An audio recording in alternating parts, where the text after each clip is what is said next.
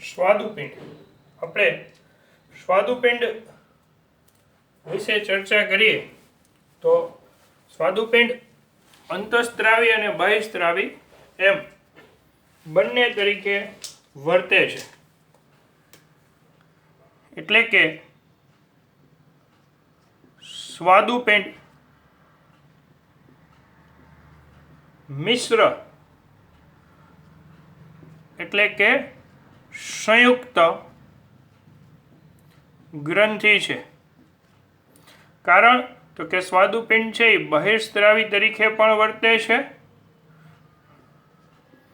બહિર્સ્ત્રાવી, અને સ્વાદુપિંડ અંતઃસ્ત્રાવી તરીકે પણ વર્તે છે. આમ સ્વાદુપિંડ બહિર્સ્ત્રાવી અને અંતઃસ્ત્રાવી બંને કાર્ય કરે છે. એટલા માટે સ્વાદુપિંડને મિશ્ર અથવા તો સંયુક્ત ગ્રંથિ તરીકે ઓળખવામાં આવે છે. સ્વાદુપિંડનો બહિર્સ્ત્રાવી ભાગ તરીકે સ્વાદુપિંડ ખંડિકા હોય છે. સ્વાદુપિંડ ખંડિકા સ્વાદુપિંડનો બહિર્સ્ત્રાવી ભાગ છે. જ્યારે સ્વાદુપિંડના અંતઃસ્ત્રાવી ભાગ તરીકે લેંગરહેન્સના કોષપુંજો હોય છે. લેંગરહેન્સના કોષપુંજો સ્વાદુપિંડના અંતઃસ્ત્રાવી ભાગ તરીકે આવેલા જોવા મળે છે. આપણે અહીંયા લેંગરહેન્સના કોષપુંજોની ચર્ચાઓ જ કરશું, પણ ખંડિકા વિશે જોઈએ તો સ્વાદુપિંડ ખંડિકા એ સ્વાદુરસનો સ્ત્રાવ કરે છે. સ્વાદુરસનો સ્ત્રાવ કરે છે. સ્વાદુપિંડ ખંડિકા સ્વાદુરસનો સ્ત્રાવ કરે. લેંગરહેન્સના કોષપુંજો અંતઃસ્ત્રાવોનો સ્ત્રાવ કરે છે. અંતઃસ્ત્રાવોનો સ્ત્રાવ કરે છે. આ લેંગરહેન્સના કોષપુંજની વાત કરીએ તો સામાન્ય રીતે માનવીના સ્વાદુપિંડની અંદર લેંગરહેન્સના કોષપુંજોમાં 1 થી 2 મિલિયન જેટલા કોષપુંજો આવેલા હોય છે. મનુષ્યમાં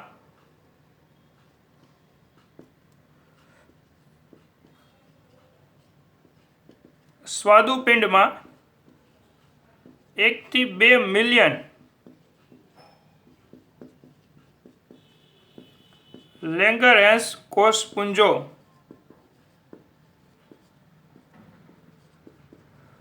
હોય છે. અને છતાંય એ સ્વાદુપિંડ પેશીનો ફક્ત 1 થી 2% ભાગ જ રોકે છે. એટલે સ્વાદુપિંડનો માત્ર 1 થી 2% ભાગ જ કોના દ્વારા? લેંગરહેન્સના કોષપુંજો દ્વારા રોકાતો જોવા મળે છે.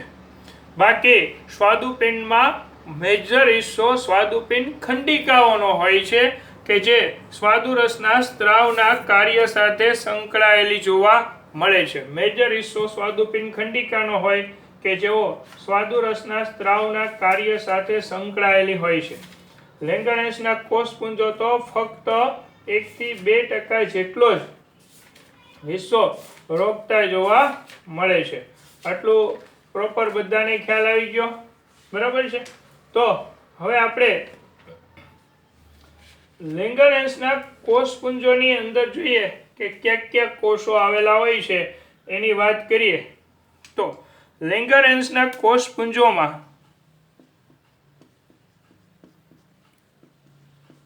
લેંગરહેન્સના કોષપુંજોમાં મુખ્યત્વે આવેલા કોષો જોઈએ તો 2 પ્રકારના છે.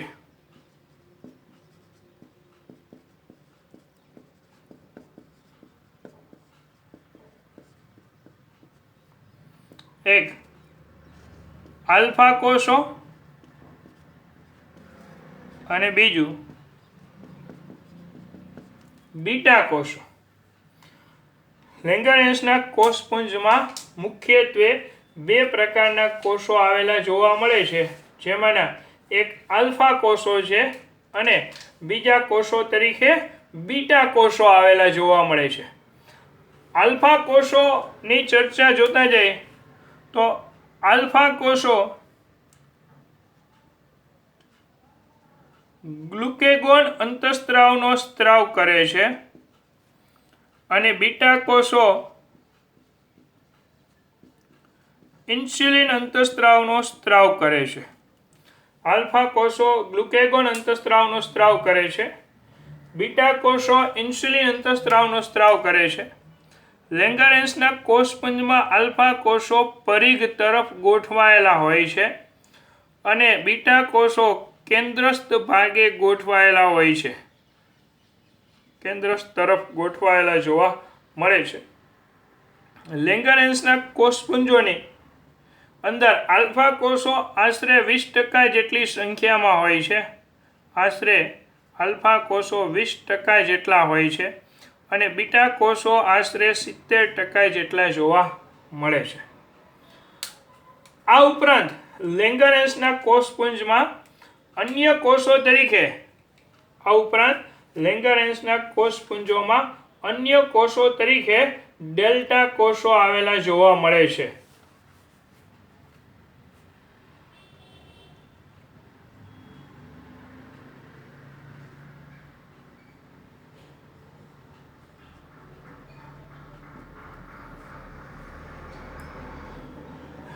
ડેલ્ટા કોષો આશરે 5% જેટલા હોય છે અને ડેલ્ટા કોષો સોમેટોસ્ટેટિન નો સ્ત્રાવ કરે છે. આ સિવાય સ્વાદુપિંડના લેંગરહેન્સના કોષપુંજમાં એફ સેલ લેંગરહેન્સના કોષપુંજમાં એફ સેલ અથવા તો બીટા કોષો પીપી સેલ તરીકે પણ ઓળખવામાં આવે છે. એફ સેલ એફ કોષો અથવા તો પીપી સેલ તરીકે ઓળખવામાં આવે છે. આ કોષો પણ આવેલા હોય છે જે સ્વાદુપિંડીય પોલીપેપ્ટાઇડનો સ્ત્રાવ કરતા જોવા મળે છે.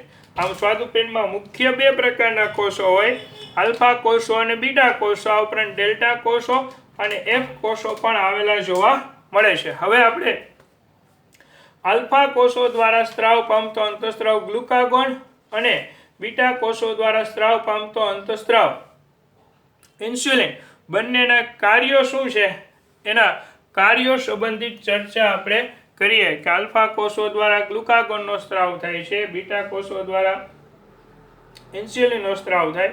આ બંને કયા કાર્યો સાથે સંકળાયેલા છે અને એની કઈ અસરો જોવા મળે છે એની ચર્ચા જોઈએ.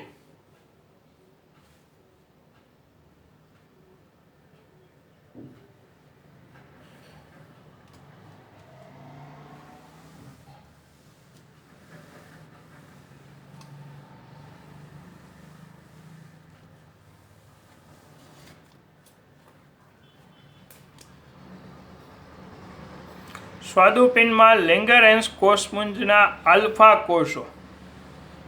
કોષો દ્વારા થતો સ્ત્રાવ ગ્લુકાગોન અથવા તો ગ્લુકેગોન, બરાબર છે. ગ્લુકાગોન એનું કાર્ય તો કે રુધિરમાં ગ્લુકોઝનું સામાન્ય પ્રમાણ જાળવી રાખવામાં મહત્વની ભૂમિકા ભજવે. રુધિરમાં ગ્લુકોઝનું સામાન્ય પ્રમાણ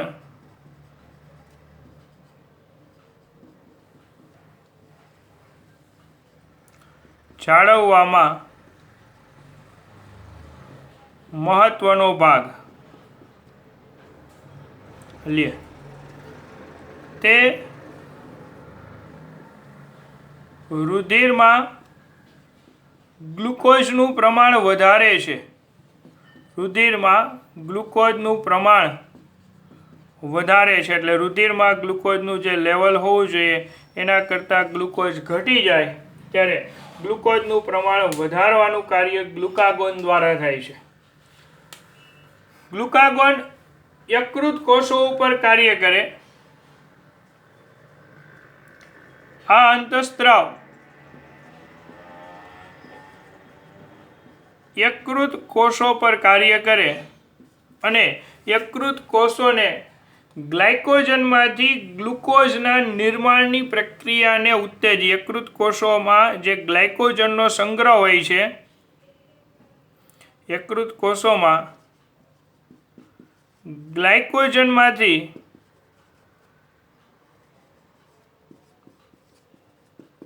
ગ્લુકોઝ બનાવવાની પ્રક્રિયાને ઉત્તેજવાનું કાર્ય ગ્લુકાગોન અંતઃસ્ત્રાવ કરે. આ પ્રક્રિયાને ગ્લાયકોજિનોલાઇસિસ તરીકે ઓળખાય.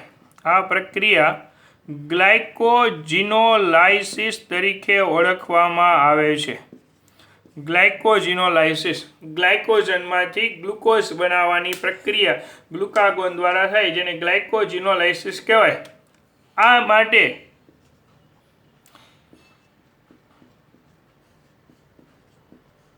ગ્લુકાગોનને હાઇપરગ્લાયસેમિયા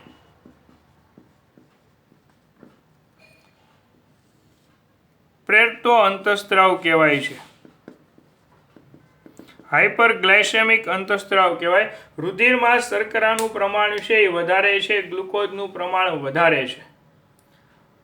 આ ઉપરાંત આ અંતઃસ્ત્રાવ ગ્લુકોનિયોજિનેસિસની પ્રક્રિયાને પણ ઉત્તેજે છે. અંતઃસ્ત્રાવનું પહેલું કાર્ય હતું ગ્લાયકોજિનોલાઇસિસનું. બીજું કાર્ય છે કે આ અંતઃસ્ત્રાવ ગ્લુકોનિયોજિનેસિસને ઉત્તેજે છે. ગ્લુકોનિયોજિનેસિસ એટલે શું? તો કે ગ્લુકોનિયોજિનેસિસ એટલે બિન કાર્બોદિત પદાર્થોમાંથી ગ્લુકોઝના નિર્માણની પ્રક્રિયાને ગ્લુકોનિયોજિનેસિસ તરીકે ઓળખવામાં આવે છે. બિન કાર્બોદિત પદાર્થોમાંથી એટલે કે એમિનો એસિડ, ચરબી, આ બધા ઘટકોમાંથી ગ્લુકોઝ બનાવવાની પ્રક્રિયાને ગ્લુકોનિયોજિનેસિસ તરીકે ઓળખવામાં આવે છે. આ ગ્લુકાગોન અંતઃસ્ત્રાવ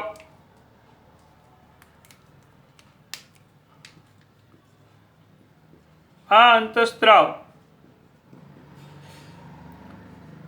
29 એમિનો એસિડની બનેલી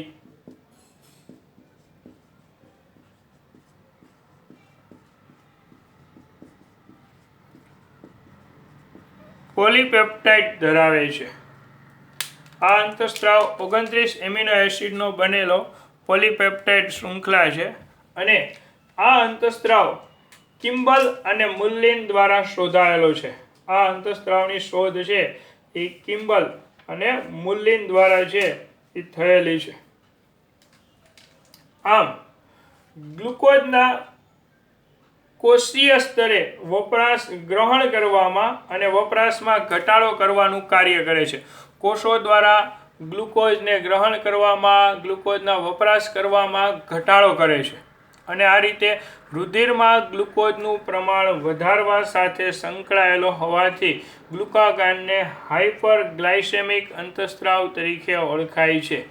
હાઇપરગ્લાયસેમિક અંતઃસ્ત્રાવ તરીકે ઓળખાય કારણ કે હાઇપરગ્લાયસેમિયા પ્રેરે છે, એટલે કે રુધિરમાં ગ્લુકોઝનું પ્રમાણ વધારે છે. બરાબર. તો આ ગ્લુકાગોન અંતઃસ્ત્રાવની ચર્ચાથી હવે આપણે ઇન્સ્યુલિનની ચર્ચા કરીએ.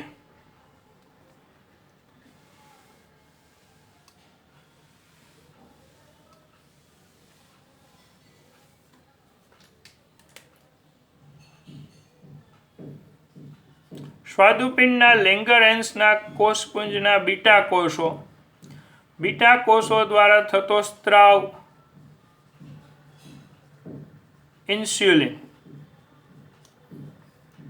બીટા કોષો દ્વારા થતો સ્ત્રાવ ઇન્સ્યુલિન.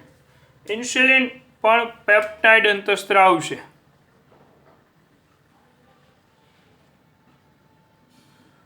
પેપ્ટાઇડ અંતઃસ્ત્રાવ છે ઇન્સ્યુલિન. ઇન્સ્યુલિન પણ પોલીપેપ્ટાઇડનો બનેલો અંતઃસ્ત્રાવ છે. તે 51 એમિનો એસિડનો બનેલો હોય છે.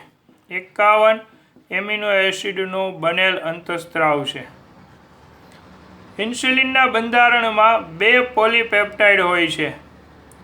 2 પોલીપેપ્ટાઇડ પુખ્ત ઇન્સ્યુલિનમાં, ખાસ યાદ રાખવાનું, પુખ્ત ઇન્સ્યુલિનમાં 2 પોલીપેપ્ટાઇડ આવેલી જોવા મળે છે. એક આલ્ફા અને બીજી બીટા શૃંખલા. એ શૃંખલા અથવા તો આલ્ફા શૃંખલા, બીટા શૃંખલા અથવા તો બી શૃંખલા. આલ્ફા શૃંખલા 21 એમિનો એસિડની બનેલી હોય છે અને બીટા શૃંખલા છે એ 30 એમિનો એસિડની બનેલી જોવા મળે છે. બંને શૃંખલા એકબીજા સાથે ડાયસલ્ફાઇડ બંધથી જોડાયેલી હોય છે. હવે ઇન્સ્યુલિનના કાર્યની ચર્ચા કરતા આપણે આ ઇન્સ્યુલિનના બંધારણ વિશેની ચર્ચા હતી. હવે ઇન્સ્યુલિનના કાર્યની અંદર જોઈએ તો ઇન્સ્યુલિન રુધિરમાં ગ્લુકોઝની સમસ્થિતિના નિયમનમાં મુખ્ય ભૂમિકા ભજવે છે. ઇન્સ્યુલિનના કાર્યની વાત કરીએ તો સૌથી પહેલું કાર્ય રુધિરમાં ગ્લુકોઝ સમસ્થિતિ નિયમનમાં મુખ્ય ભૂમિકા ઇન્સ્યુલિનની છે. તે રુધિરમાં ગ્લુકોઝનું પ્રમાણ ઘટાડે છે. તે રુધિરમાં ગ્લુકોઝનું પ્રમાણ ઘટાડે છે. ગ્લુકોઝનું પ્રમાણ વધી ગયું હોય તો એને ઘટાડી યોગ્ય લેવલ સુધી પહોંચાડવાનું કાર્ય છે એ ઇન્સ્યુલિનનું છે. ઇન્સ્યુલિન 2 કોષો ઉપર મુખ્યત્વે કાર્ય કરે છે. તે યકૃત કોષો ઉપર અને બીજું મેદપૂર્ણ કોષો પર.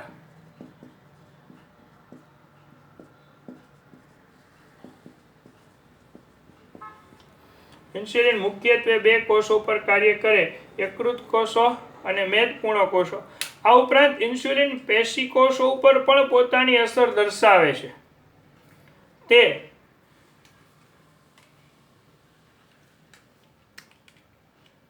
ગ્લુકોઝના કોષીય ગ્રહણ અને વપરાશમાં વધારો કરે છે.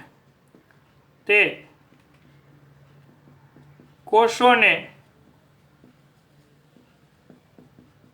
ગ્લુકોઝના ગ્રહણ અને વપરાશ માટે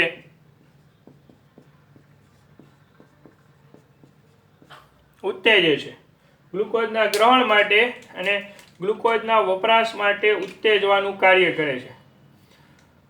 પછી તે યકૃત કોષો અને મેદપૂર્ણ કોષોમાં ગ્લુકોઝનું ઝડપી સ્થળાંતરણ કરે છે. તે યકૃત કોષો અને મેદપૂર્ણ કોષોમાં ગ્લુકોઝનું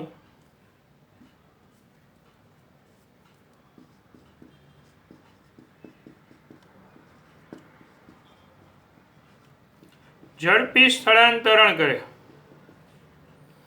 તે યકૃત કોષોને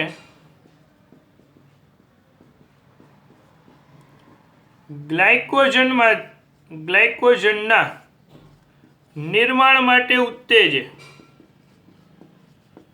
એટલે કે તે યકૃત કોષોને ગ્લુકોઝમાંથી ગ્લાયકોજનના નિર્માણ કરવા, ગ્લુકોઝમાંથી ગ્લાયકોજન બનાવવા માટે ઉત્તેજે છે.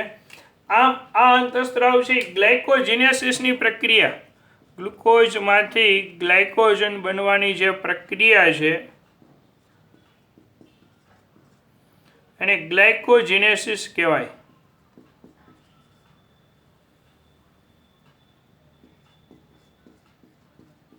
આ ગ્લાયકોજિનેસિસની પ્રક્રિયાને ઉત્તેજવાનું કાર્ય કોણ કરે છે? ઇન્સ્યુલિન અંતઃસ્ત્રાવ. ઇન્સ્યુલિન અંતઃસ્ત્રાવને હાઇપોગ્લાયસેમિક અંતઃસ્ત્રાવ કહેવાય. ઇન્સ્યુલિન અંતઃસ્ત્રાવને હાઇપોગ્લાયસેમિક કારણ કે રુધિરમાંથી ગ્લુકોઝનું પ્રમાણ ઘટાડે છે. હાઇપોગ્લાયસેમિક અંતસ્ત્રાવ તરીકે ઓળખાય. ગ્લુકાગોન હતો એ હાઇપરગ્લાયસેમિક હતો. ઇન્સ્યુલિન છે એ હાઇપોગ્લાયસેમિક અંતસ્ત્રાવ તરીકે ઓળખાય છે. આમ ઇન્સ્યુલિન અંતસ્ત્રાવ છે એ રુધિરમાં ઇન્સ્યુલિન અને ગ્લુકાગોન બંને સંયુક્ત રીતે ગ્લુકોઝનું પ્રમાણ જાળવી રાખે છે. હવે ઇન્સ્યુલિન અંતસ્ત્રાવ લિપોજિનેસિસ ને ઉત્તેજે છે અને લિપોલાઇસિસને અવરોધે છે. ઇન્સ્યુલિન અંતસ્ત્રાવ લિપોજિનેસિસને ઉત્તેજે અને લિપોલાઇસિસને અવરોધે છે. આ ઉપરાંત ઇન્સ્યુલિન અંતસ્ત્રાવ કીટોન બોડીના નિર્માણને અવરોધે છે. ઇન્સ્યુલિન કીટોન બોડીના નિર્માણને અવરોધે છે. તે સ્નાયુ કોષો અને યકૃત કોષોને એમિનો એસિડમાંથી પ્રોટીનના સંશ્લેષણ માટે પણ ઉત્તેજે. સ્નાયુ કોષો અને યકૃત કોષોને એમિનો એસિડમાંથી પ્રોટીન સંશ્લેષણ માટે ઉત્તેજે. ડીએનએ અને આરએનએ સંશ્લેષણ માટે કોષોને ઉત્તેજે. ઇન્સ્યુલિન ડીએનએ અને આરએનએ સંશ્લેષણ માટે કોષોને ઉત્તેજે છે. આ ઉપરાંત બીએમઆરને પણ સામાન્ય રીતે ઉત્તેજે છે. ઇન્સ્યુલિનને એન્ટી ડાયાબિટીક હોર્મોન્સ તરીકે ઓળખાય છે. ઇન્સ્યુલિનને એન્ટી ડાયાબિટીક હોર્મોન તરીકે ઓળખવામાં આવે છે.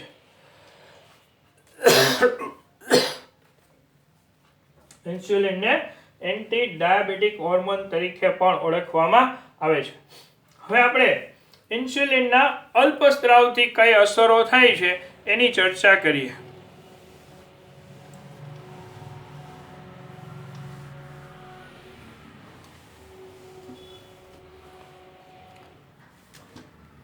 તો ઇન્સ્યુલિનના અલ્પસ્ત્રાવથી કે ઓછા સ્ત્રાવથી થતી અસરમાં પહેલી અસર છે ડાયાબિટીસ મેલિટસ. Diabetes mellitus. ઇન્સ્યુલિનના અલ્પસ્ત્રાવથી થતી અસરો પૈકીની અસરમાં એક અસર છે ડાયાબિટીસ મેલિટસ. બરાબર છે. જે મૂત્ર દ્વારા ગ્લુકોઝના વ્યય સાથે કીટોન ઘટકો તરીકે ઓળખાતા નુકસાનકારક સંયોજનોના નિર્માણ સાથે સંકળાયેલ છે. ડાયાબિટીસ મેલિટસમાં મૂત્ર દ્વારા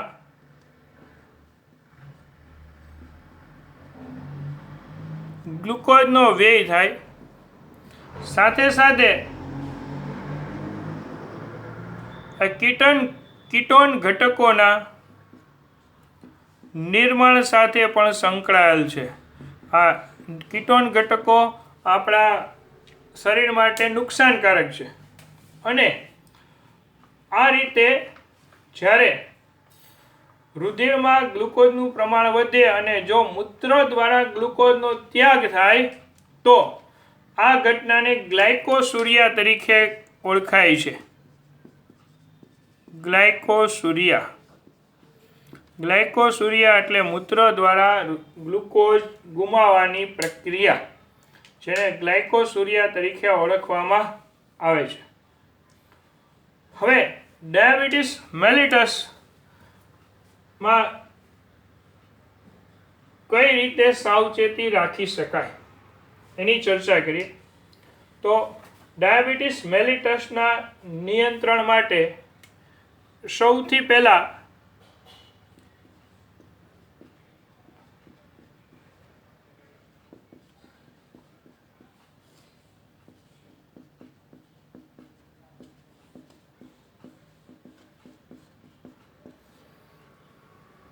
તો એની સારવાર અને નિયંત્રણ માટે જોઈએ તો સૌથી પહેલા યોગ્ય આહાર નિયંત્રણ. એનું નિયંત્રણ કઈ રીતના? તો કે યોગ્ય આહાર દ્વારા. બીજું, શારીરિક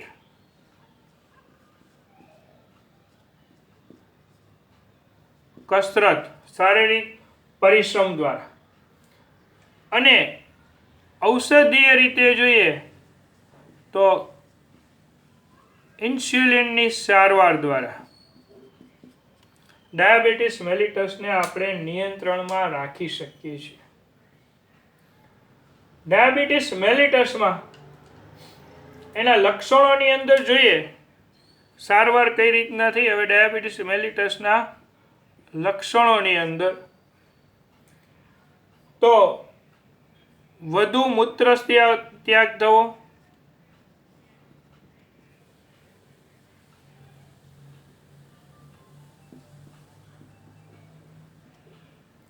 વધારે તરસ,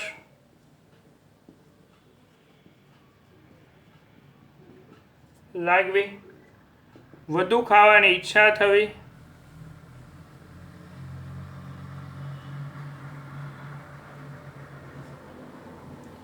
આ ડાયાબિટીસ મેલિટસના લક્ષણો છે. ડાયાબિટીસ મેલિટસથી કયા અંગોને અસર થાય? તો ડાયાબિટીસ મેલિટસથી મૂત્રપિંડ, રુધિર પરિવહન સંબંધિત અને દ્રષ્ટિ સંબંધિત ખામીઓ સર્જાય. આ રોગથી મૂત્રપિંડ,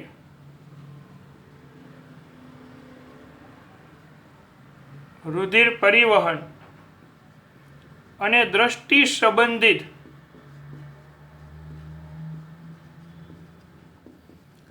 ખામીઓ સર્જાય. આ રોગમાં યાદશક્તિ નબળી પડે. ધીમે ધીમે યાદશક્તિ છે એ ડાયાબિટીસ મેલિટસમાં નબળી પડે છે. ડાયાબિટીસ મેલિટસ થવા માટેના 2 કારણો છે. એનું પહેલું કારણ છે ડાયાબિટીસ મેલિટસ થવા માટેના કારણોની અંદર આપણે જોઈએ ડાયાબિટીસ મેલિટસ થવાના કારણો.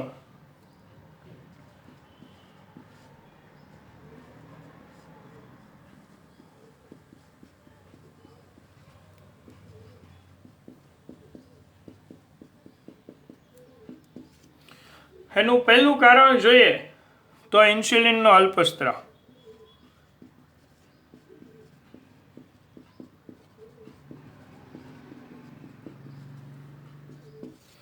અને બીજું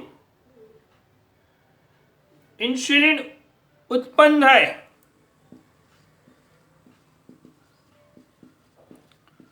ઇન્સ્યુલિન ઉદ્ભવે પરંતુ તેની અસર કોષો ઉપર થતી નથી. પરંતુ તેની અસર કોષો પર થતી નથી. મીન્સ કે કોષો દ્વારા ઇન્સ્યુલિન ગ્રાહી રિસેપ્ટરો હોય એ રિસેપ્ટરોમાં ખામી સર્જાય તો પણ ડાયાબિટીસ મેલિટસ થતી જોવા મળે છે.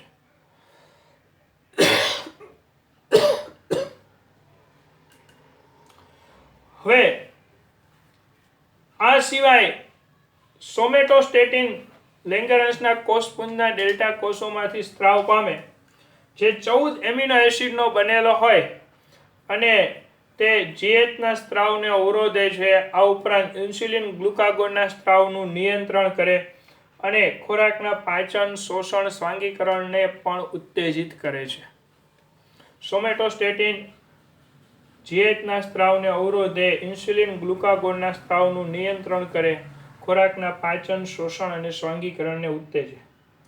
અને એફ સેલ અથવા તો પીપી સેલ દ્વારા ઉત્પન્ન થતો સ્વાદુપિંડીય પોલીપેપ્ટાઇડ સ્વાદુરસના સ્ત્રાવને અવરોધવા માટે સંકળાયેલો છે. એફ સેલ અથવા પીપી સેલ દ્વારા ઉત્પન્ન થતો સ્વાદુપિંડીય પોલીપેપ્ટાઇડ સ્વાદુરસના સ્ત્રાવને અવરોધે છે. તો આ સ્વાદુપિંડની સંપૂર્ણ ચર્ચા હતી.